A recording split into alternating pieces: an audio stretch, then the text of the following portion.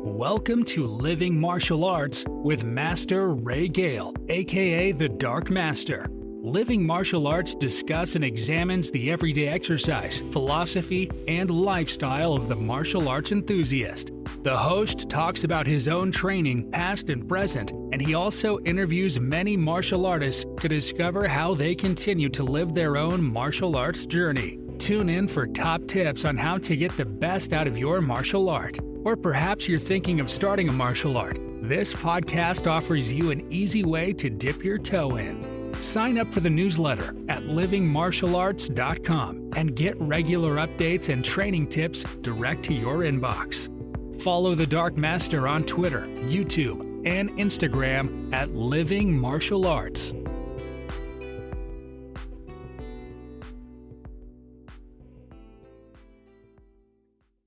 Hi, hello to all the Living Martial Arts podcast people who are listening to this.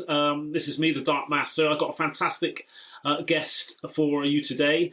We've got Mr. Nick Evans. Now, Mr. Evans is a martial artist, but for me, he's a different type of martial artist because he's got a great balance between all the different aspects of martial arts: fitness, flexibility, strength, that type of thing. And it's something that I certainly envy in him.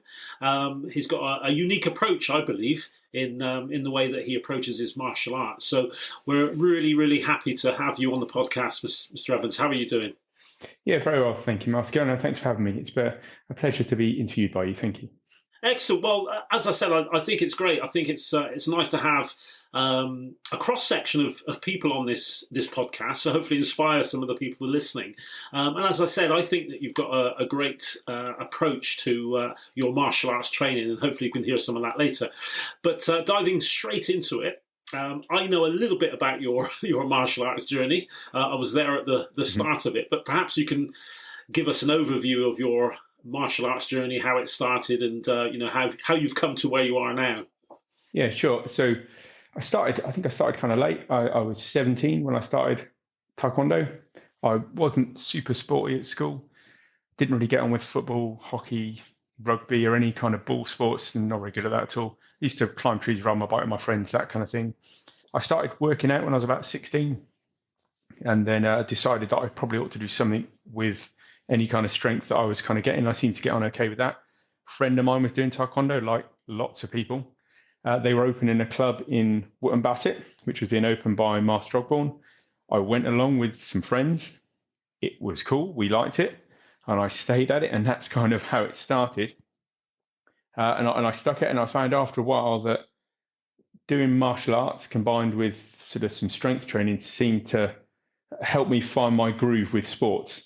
And so I wasn't not very good at, like I said, football, ball sports, that kind of thing. But when it comes to strength training, figuring out what to do with my body from a martial arts point of view and breaking myself through fitness and endurance and driving myself hard, turns out that I was better at that than anything else I'd ever tried. And it just fitted. And that's how I started in kind of martial arts. And I carried on doing that, did it through university. I was lucky enough to train with Master Black for 3 years at university in Exeter. And I came back, I carried on training in Wootton Bassett. I met some great friends. Obviously, I came and trained with yourself and Master Ogborn. I did those early summer camps, which were brutally destructive in the mid 90s. And that was probably the first time that really made me think, I don't want to ever feel that kind of pain again. I need to be fit. And I think it was one of those camps where Mr. Lamon and I were utterly broken after a session. And I just never wanted to feel that kind of pain again in such a surprise way. And I think that partly drove me to try to be super fit and sort of follow that kind of journey. And I carried on. And after maybe 7-8 years ago, something like that, I brought the Wootton Bassett Club off of my instructor at the time, which was Mr. Skidmore. And that's brought me to where I am today as an instructor teaching. I've got about 60 students across Little Pumas, juniors, adults. And now with students, that allows me to share all of my own personal training journey experience and the stuff I play with all of my students as well. And hopefully that gives them something to learn from too. Yeah, no, that's excellent. Well, there's a couple of questions I want to ask you about really on talking about your journey. You come over. I don't know whether you feel this yourself, but you come over as quite a calm person. I don't always see myself as a calm person. I can be very reactive, which is not great, unfortunately. My personality is that. But lots of people have always spoken about you and said that you come over as a very calm person, and you always think before you speak, which I don't always do. But I don't know. Is that something that you had anyway, or is that martial arts has developed that? Where did that come from? I'm not sure. There is a reason why I certainly come across like that. I think I'm no different to anybody else. I have moments of excitement, anxiety, and anger. That happens in life, doesn't it? But I think when I'm dealing with other people and talking to other people, the pain and discomfort of undoing words you didn't want to say and the upset you cause other people is more difficult than thinking first to avoid that situation happening. Is probably the reason that I probably come across calmer when I'm with other people. And if you're nice to people, chances are they'll be nice back. And you never know when you might need some help. So if you offer people help, then if you ever need it, they might give it back as well. Yeah, no, that's a good philosophy. Hopefully, anyone listening to that will take that on board, myself included. I do thank martial arts for sort of turning me into the person that I am today, and my mum always used to say that I was always quite angry as a teenager. So I have calmed down quite a lot, and my hyperactivity is under control a bit better. So I can certainly learn from that. Sort of moving on. I mean, there's sort of two things here in this next question, and it's really about how you sort of live your martial arts now. I know that you mentioned about your teaching, but I'm quite interested in your unique approach. You are someone to me that is never stops learning. You're always looking at things. I consider myself similar to that. I tend to, there's a couple of things that I'm trying at the moment in my breathing, meditation. I've also found something called foundation training, which is really good, which talks about better posture for better breathing and things like that. And I've just subscribed to this site, and I'm getting quite a lot out of it. But you seem to come across as that person. And again, is that something that you had as a youngster? That sort of motivation to learn more, or is that something that you've developed? I think I guess it was probably there a little bit, I suppose. I mean, again, I wasn't academically brilliant at school. I did kind of okay.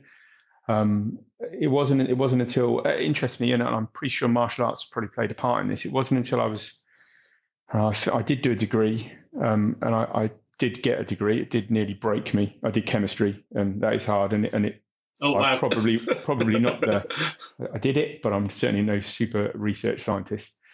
And then I moved into health and safety, which is my sort of professional career. And I kind of found my groove for studying and passion for kind of learning. And I think probably some of that came from figuring out how to work hard through having started Taekwondo, figuring out that I had a bit of a groove for beasting myself and drilling myself and found something that I really kind of enjoyed. And I think that allowed me to take that over into the other things that I do. And I do like learning. I do like figuring out new stuff.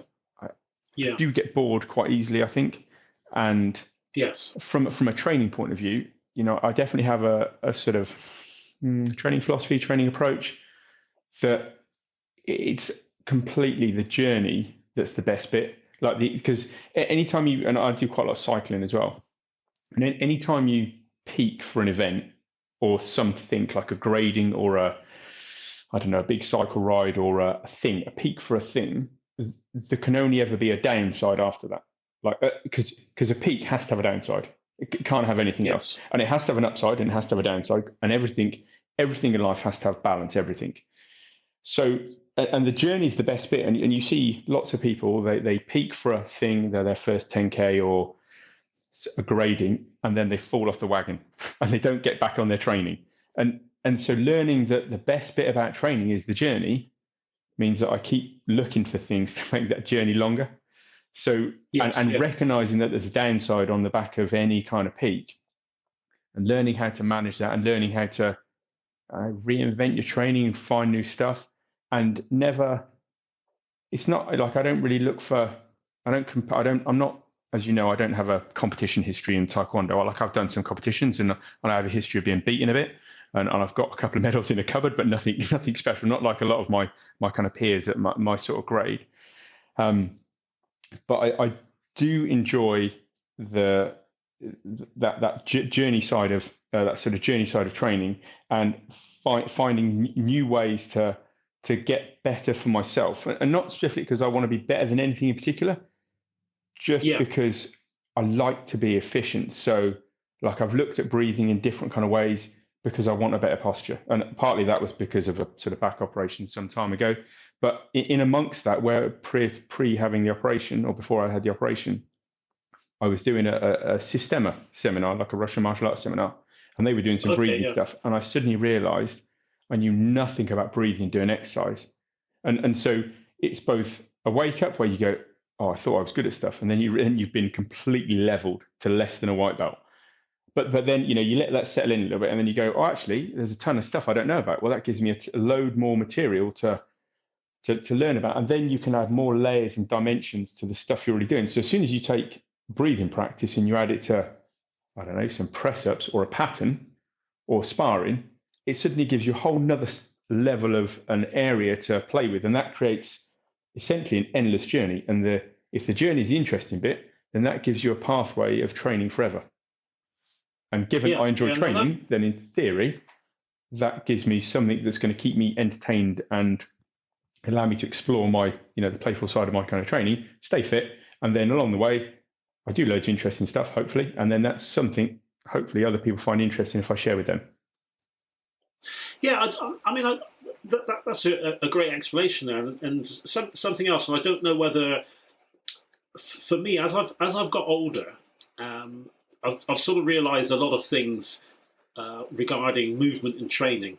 The other day I was out roller skating with my girls, and I was relating stuff in Taekwondo to roller skating, and roller skating to Taekwondo, and juggling. I don't see. I like my juggling. I like to do juggling, and I like to learn new things. But actually, I see that as part of my martial art as well. And whereas before I used to separate things, I sort of look at it as one whole. Really, I think, well, first and foremost, I'm a martial artist, but actually, what benefit can I get from my martial arts by roller skating? I don't know whether that's the way you think about it, because I know you're a keen cyclist. You push weights. You do a lot of different things. Yeah, I think thinking of it in a more holistic, wholesome kind of way, it definitely does form part of I think my approach. Like I was teaching some students last night, and one of the junior grades that's just moved up to our adult class was asking about circular block, because they were in a kind of grouped patterns and some different kind of grades, and someone was doing kind of circular block, and they were sort of asking about the application of circular block. And it's in the context of a pattern, it's a very traditional move, isn't it? But it also has a level of movement complexity to it. So often I find that the practice of patterns, where someone is not, not everyone is looking for the competition, so they don't necessarily, the absolute detail of some of the things, perhaps the angles and those kind of things is perhaps lost and not relevant to them. But actually, if you look at patterns in a different kind of way, there is a complexity of coordination that is developed through learning the more advanced kind of techniques. And learning to do a circular block, for example, teaches you some coordinated moves. For example, it teaches you how to kind of rotate around the axis of your spine in the way that you wouldn't normally move, to go to reverse half face. Sure. And that as a movement skill is useful to other stuff, so it can then be translated to other activities. And if that gives you awareness of centering the body and your kind of posture, that can allow you to move better when you do other things. But you obviously have to recognize that and be conscious of it to be able to do it subconsciously. So there's a huge complexity of interest that it's like a lifetime of play and study, and that doesn't even scratch the surface of what is of people that I would consider movement experts. I wouldn't even want to stand in the same room of some of the people that are real good movement experts. But in my little world, those are the kind of things that I like to try and help my kind of students and adults. And if that gives them longevity of movement, if it stops the kids getting crumpled and broken into gaming shapes from playing too many games and teaches them to be a bit more aware of how they move when they go into adult life, that's going to be good. And for my adults, if that teaches them to have a lifetime of movement and never get crunched up and crystallized up from not moving, then for me it's time well spent, and my training of my own when I'm exploring this stuff is a good thing to be doing. Yeah, no, it's great. It's great answer, and I think you're bang on. Really, it's we do, and I certainly do now look at it as a more holistic activity, martial arts. I don't sort of separate it from a lot of other things, and throughout my day, I'm doing things that will help my martial arts movements. Hopefully, that will help it, and trying to get my body to move in a good way. Anyway, but I suppose all these questions are linked, really. I was going to ask you what you feel are the main benefits you've got from your martial arts, and I know there are many, and there are probably more still to come. But any that you could highlight? Probably the transferable things are definitely confidence. It's definitely. I know I wasn't a particularly I wasn't a super shy child, but I certainly wasn't front of the crowd to do things. It's definitely given me confidence in what I do. I think it's given me self-belief as well. I think it's helped develop that self-belief. And again, as you're saying, it's not necessarily what you do in the dojang, it's the things you do in the dojang, and they sow those seeds of thought, don't they? And after a while, they start to be the everyday things you do, don't they? And I think that kind of self-belief and confidence has definitely moved through. The ability I think it contributed to help me to push myself for the things that I needed to do. I definitely like the tenets that we've had from Taekwondo. Not that they're super special, being polite, being courteous. They should be everybody's. Should be something that everybody does. But having them in the background has definitely influenced the way that I set up the philosophy of my health and safety company. And within the kind of the core values of the company, there's some Taekwondo tenets weaved into our company core values, and then obviously all the fitness and flexibility stuff in the background. But I think it's those things that are deep inside, those deep-rooted kind of beliefs of how you behave. It's to help me to do that, and being around martial artists and being lucky to be led by yourself and Master and in Puma, being surrounded by people with those same values helps to remind you that that's good, and then you try to emulate. And then hopefully if you do the same, then other people see you doing it and think it's a good thing too. Yeah, definitely. And I also, certainly for me, I think one of the things that I had when I started, I was quite disciplined in the sense that I would listen to people, if you like, senior who knew more than me because my mum instilled that into me at an early age. So, I was very much like that. But what I will say is that I do also learn a lot from my students, and I've learned a lot from you personally as well, just by watching you and the things you do, and even the way you carry yourself, which I think is always you've always been a great role model. We've sort of touched on it slightly when we're talking about breath work, and obviously I know that you do some breath work. It's the question of meditation. I've discovered meditation myself, and I'm still battling with it. It's not something that's natural to me. I've explored different types of meditation. I started off, quite just doing a little bit and trying to build that up and do different types. And as I said, I've said in previous podcasts, there are different types, I think, of meditation, different things that you can do, walking meditation, and things like that. So, have you explored that? Do you do any, or are you looking to do it? Not specifically kind of sort of pure meditation from a sort of stillness point of view. I have practiced a lot of breath work, which obviously has a natural, not for the purposes of calming myself, but it naturally has a calming, cleansing purpose for it. But I've done quite a lot of breath work. The breath work that I've kind of been taught has been from Systema. This Russian martial art. They do a lot of breath control to do with how you kind of managing tension in the body. So practicing that. I probably practice breath work every day, aside from obviously breathing. Yeah. That doesn't count. But actively thinking about changing the way I breathe for a particular kind of purpose.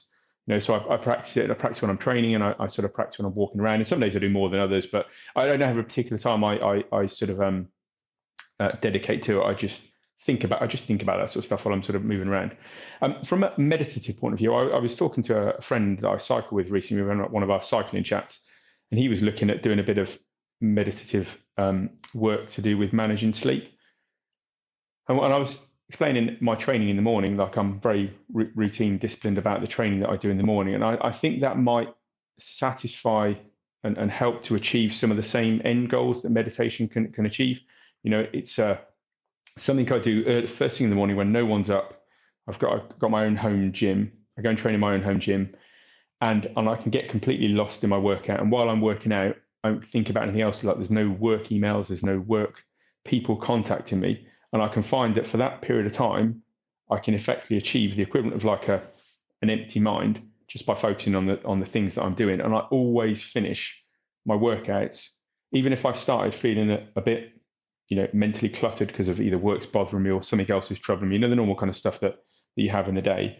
I always feel better when I've finished. So whatever process occurs when I'm training on my own and whatever I'm doing, it provides me that kind of mental cleansing and clears me ready for the day. So at some point, I would like to actually look at some more sort of peaceful meditation. But for the time being, I like to just keep doing stuff. Yeah. Well, I would definitely recommend Buteyko, which is what I do a combination now. I do a bit of Buteyko, which is I'm not sure if he was Russian, but it's actually about trying to breathe less and take lighter breaths. I also tape my mouth at night when I sleep, so I just breathe through my nose to try and make better use of nitric oxide and things like that. Anyway. People can sort of look at that. And at the moment, what I tend to do is very similar, actually. I this morning, I was actually up quite early. I was up at 5:30, so I was sat meditating breath work by quarter to 6. And I actually strip off and I do red light therapy as well now while I'm doing it. So I sit in front of a red light and maybe on the podcast at some point in the future, I'll talk about my morning routine and sort of enlighten people on that.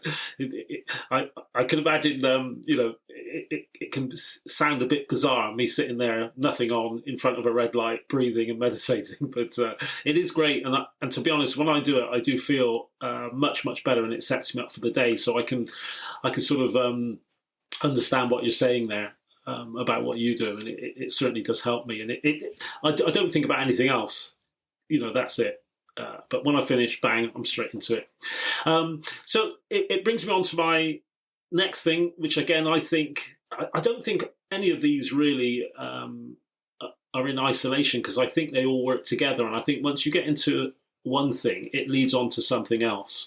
And I'm sort of talking about really now diet, food, and I know you're conscious of your diet and your food, and you obviously eat well because your body never lies, And when you look at someone, you say, yeah, that person. That's not to say that they don't eat anything naughty, but you can tell people that eat well and work out. You're certainly one of those. So, when did you get conscious of that? Really, pretty early on, actually. When I intake. When I was younger and I started trying, I started lifting weights when I was 16. I got some weights in my bedroom, like a lot of boys do and girls do. You get some weights and you think, oh yeah, I want to be Arnie. Well, certainly my age going back, he was a relevant role model at the time when I was younger. And I started reading that, you have to have more protein and those kind of things. And I started reading about the things I was eating, and I started trying to eat a little bit more healthily. So I've probably been consciously developing the skills to instinctively eat what my body needs for, 27 years or so. Like these days, I don't really have to think about it anymore. I know what I eat. I eat from an instinct point of view. I know when I need more or less of something. I don't have any particular restrictions as such for my diet, but I do specifically eat to fuel my body for the things that it needs to do. So that's not, I don't just mean fuel to train.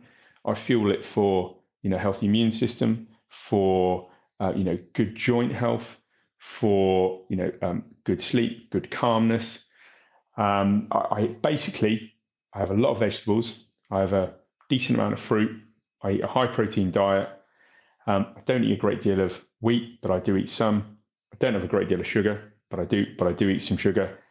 And I eat sort of 4 meals a day generally, or at least 3 main meals and one kind of decent snack.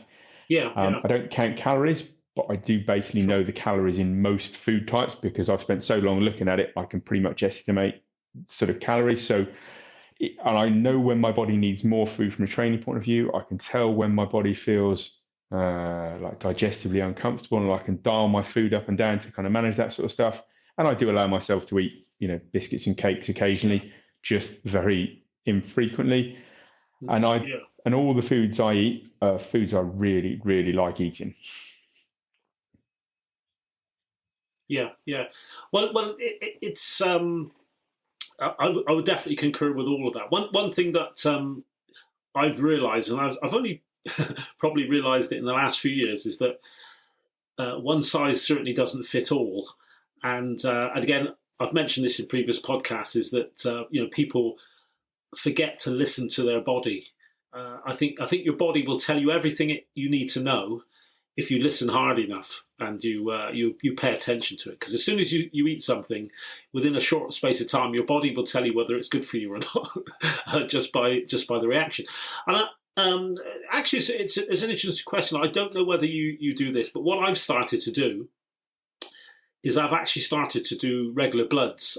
There's a couple of apps that I've got and a couple of companies that I send blood samples off to. And they come back and say, your vitamin D is okay, but this needs working on, and this needs working on. And it's not the cheapest thing, but it tells me that whether what I'm eating is actually, fulfilling the purpose I want it to fill. Is my vitamin D optimum level, or do I need to change something? So I don't know whether you do anything like that. Not really, no. Although I have the capabilities at work here. We use labs for the stuff we do as in my professional career, and I have thought about it in the past. I have enough trouble remembering to take vitamin tablets. I like the only supplements that I've always had protein powder because it's just difficult to eat enough protein. I've tried eating only vegan proteins. I've tried, as in like beans and things like that and nuts and stuff, and it's just too much quantity. It's just too difficult. And it's actually, I know it's too difficult to just eat meat as well. Yes. So I like to spread my protein across kind of some vegan protein powder. I spread it across, I have milk protein powder, I have meat, I have fish, eggs, dairy, nuts. Basically I eat the full spectrum of kind of proteins because I found that a little bit of all of them has the least amount of effect from having too much of any one thing, and also it creates like a nice amount of variety. I do try to remember to take vitamin tablets. I just sort of go up and down, and I do, and I've gotten better as I've gotten older at listening to my body, and I'm quite good at recognizing when I've spread myself too thin, whether that's from a training point of view, whether that's from a work point of view, or a sleep point of view, and I listen carefully on a daily basis. And I do try to dial that as best I can to keep that kind of inner kind of balance. I would quite like to do blood things a bit more often, but mostly just to see whether I'm an efficient cyclist or not, and that's just vanity for me from that point of view. Yeah. Well, I'll come back to the cycling in just a moment. Well, it is interesting because, like I said, I've changed my diet and I do my bloods and it comes back. I think, wow, it's doing really well. And people would see my diet as quite extreme now. I don't see it like that. I mean, it's very, very high fat. I eat a lot of animal products now, more so than plant products, which seems to agree with me. Certainly, my skin has made a massive change to what it was. I also try and eat grass-fed animal products and try and get those, but I don't eat a lot of vegetables. But I do eat fruit but mainly berries. If I can get blackberries, pick them. If I can pick them organically, find a nice place, which I have around here. And I picked absolutely so much last year that I've still actually got some in my freezer, which is excellent. So I try and get organic berries and anything like that. So very low sugar fruit, really. The thing I supplement most with is vitamin D. I think anybody with really dark skin, particularly living in the Northern Hemisphere, there's no way, particularly in the winter months, you can ever get enough sunlight. So I try and eat, with that in mind, with vitamin D in mind. So yeah, there we go. Just coming onto the cycling, because I don't know if even some of the Puma people listening to this will know that you are a keen cyclist, and I remember when I was training for Land's End to John O'Groats, I went out for my first 50 miler with you, and you nearly killed me. We did. We planned. Ross and I came over, didn't we? We thought we planned a good route, and it just happened to be really hilly, didn't it? It was very hilly. It was. Well, it was a rude awakening for me, because I was thinking, wow, that was 50 miles, and I'm going to cycle 850 miles. I need to be better.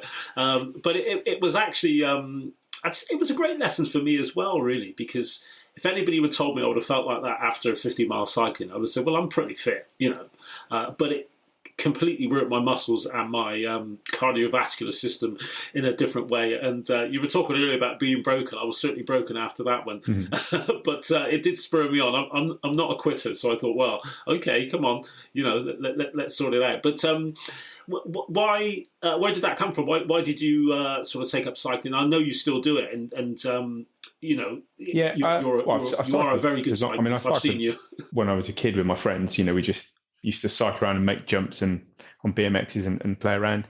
I got into mountain biking when I was 16, 17, and I used to go mountain biking with my friends. I guess it's probably a social thing more than anything else.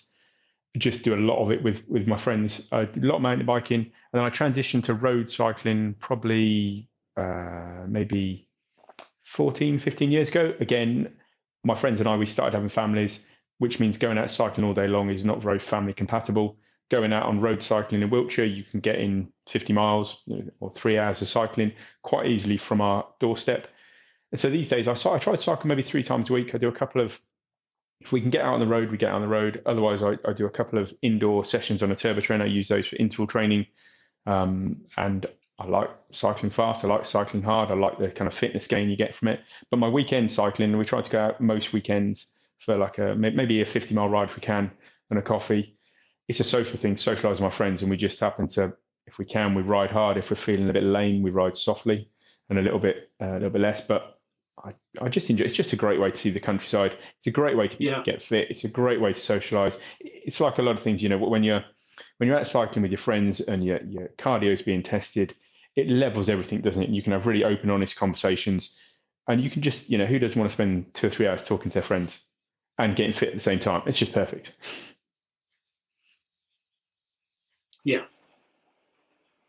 Yeah. Well, I do spend 2 or 3 hours talking with my friends, but these days it's usually on a motorbike. Although I still cycle, not as much as I would like, but I've recently purchased a stationary cycle to do some high intensity interval training on that, and that's quite good actually. I quite enjoy that. It gives me that burn that I missed. But well, again, brings me to another avenue. You mentioned about friends and so on. I mean, I see you as a particularly self-motivated individual. Nobody, in my opinion, when I look at you, I think, well, nobody's going to tell you, right, you need to get up and can train. You'll know when you need to do it. Very much like myself, I've always had that discipline ever since I was a teenager, playing lots of football. Football practice and all that was never a chore to me. Have you ever found that difficult? Do you feel that that you need a training partner? I would suggest you probably don't. But I don't need anyone to help me on that? Get up and train. If anything, I'm probably more motivated to train without classes, because I can train when I want, how I want, and for as long as I want. Whereas if I go to if it's a set time, then I'm bound by that time. So if I'm ready to train half an hour earlier, I'm set waiting. So hence the reason why morning training suits me, because the minute I wake up, I can get the hardest thing done of the day. and get it sorted. But that doesn't mean to say that although I've been training in the morning for it's over 20 years now, that doesn't mean to say every single day I don't wake up and think, oh, I'm tired. Shall I not train? Shall I get up and train? And history tells me that if I get up and train, if I get up, get changed, get a cup of tea, and go out in the gym, the training will happen anyway. And I might be tired later on the day, but I've got my training session done. But I do the cycling. I'm better at cycling with my friends just because I do that from a social point of view. I enjoy doing taekwondo with friends. I find that one a kind of social one. And sort of gym strength training, I enjoy doing that with other people, but I also enjoy doing that on my own. And like I said, it's sort of, I think if I put enough thought and analysis into it, the sort of training I do on my own probably helps me maintain that calmness and sort of personal cleansing that comes in the same way that meditation and yoga and those kind of things help people to find their kind of inner peace and stuff. I think the training that I do on my own probably helps me in a different kind of way to achieve that same end and create that kind of that feeling of peace and calm, where there's nothing around you that is otherwise exerting any more force than anything else, and you just have balance. And I do get that from my training when I'm training on my own. Yeah. No, I can. Excuse me. I can agree with that. There's something. I find it quite satisfying that the fact that I can get out, train on my own, and not get someone to have to kick me. For me, I don't know whether it's a mental thing for me. The fact that I can do this. Well, I can do this. I don't know. I feel stronger because of it. Because that's the way I think. I feel stronger because of that. Some people they want to have the same motivation as other people, and then some people have that kind of motivation, don't they? So I guess it is, and it is. Well, I suppose it depends how you look at it, but it is an inner strength. But that inner strength, everything has balance, doesn't it? So the motivation that drives you to get up and do all your own training and be super fit naturally comes with a level of selfishness, which, if you look at the balance on the other side, there's some other people that don't like that so much. So it has balance. It has to have balance. Yeah. And don't get me wrong. I mean, I feel blessed the fact that I don't need anybody doing that. It's I'm coming up to a significant birthday in a few weeks' time, and I've still got that buzz, that motivation to get up. I was up early this morning and get out and do it, but we'll see. Talking about training in the day. One of the things that I'd like to ask, if you had. Well, first of all, what else do you do? Anything else other than martial arts? I mean, one of the things that I do, I love playing guitar, and one of my goals within the next 10 years is to play in a band again, and to play some live music, because I've really, really missed that.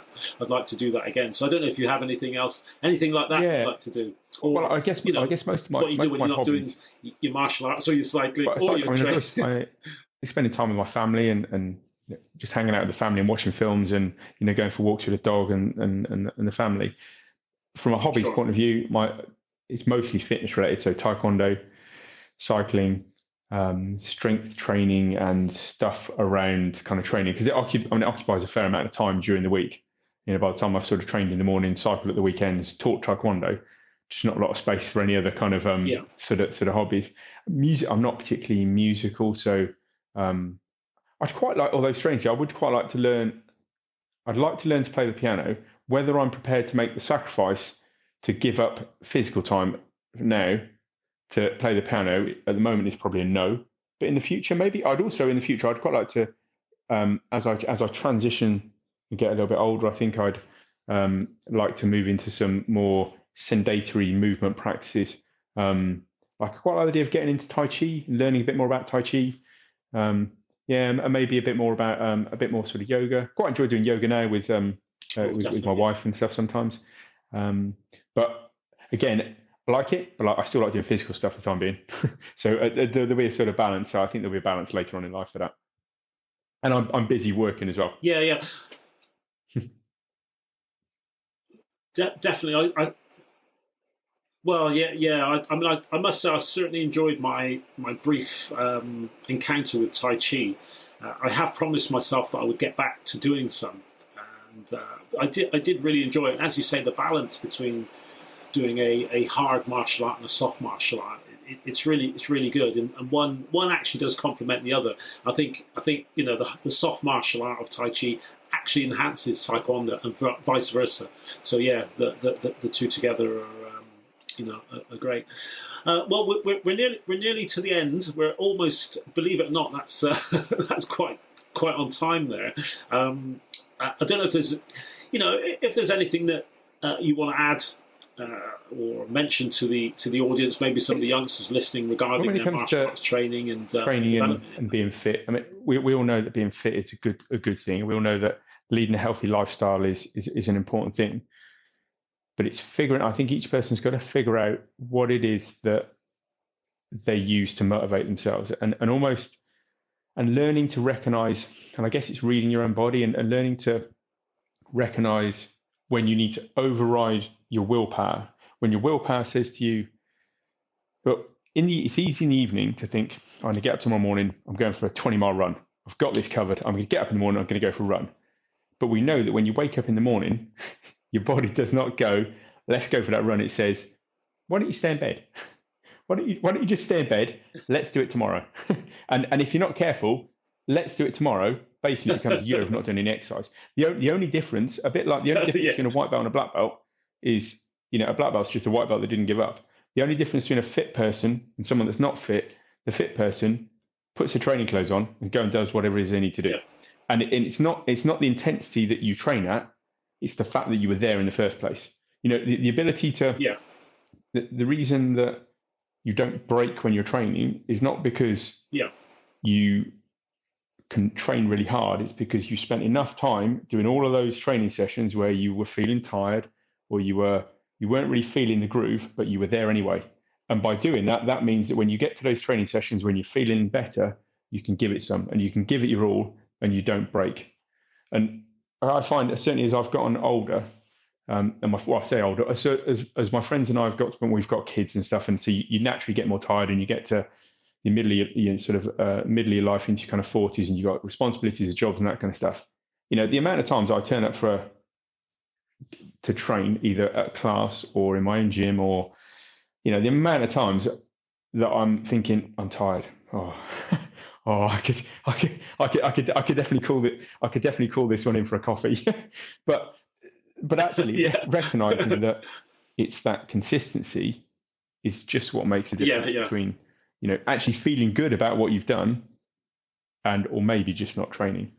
So finding that groove and learning to override that willpower and learning how to almost play your own willpower, play your own motivation. So you can, you're talking about the chimp paradox, almost be the chimp on your own shoulder to tell yourself to override that, because by the time you've overridden it and you're there, you might as well just train, or you might as well just do your exercise, or you might as well just learn the thing you got to do, or study the thing you've got to study and just suck it up and just get it done. And that's the only difference between successful people and not successful people. They just go and do it.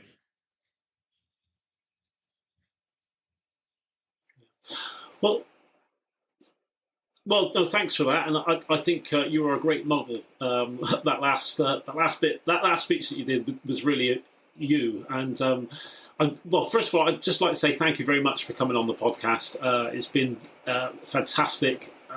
I hope people that are listening take some of those insights, and use them. Listen to this a number of times, and you won't go wrong. If you get a chance to train or have a chat with Mr. Nick Evans, then please do so. He's got some fantastic knowledge. And I will say that if I ever...